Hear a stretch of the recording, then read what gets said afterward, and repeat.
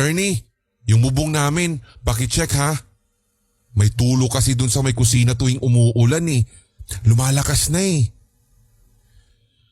Narinig kong sabi ng aking nanay kay Mang Ernie nito lamang nagdaang araw.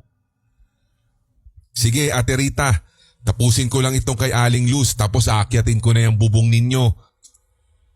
Siguro'y mga makapananghalian. Paniniguro ng karpintero sa aking ina.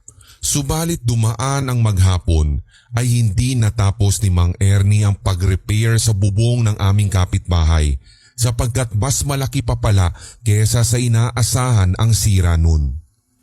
Halos hapunan na nang siya ay makababa mula sa bubungan ni Aling Luz. Medyo nahihiya pa nga itong dumaan sa aming tahanan bago tuluyang lumisan.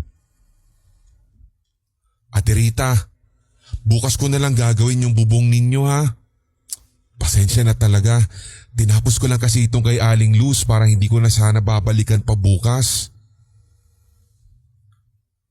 Nangangamot ito ng ulo na tila nahihiya sa kanyang serbisyong ipinangako sa aking ina. Naku, okay.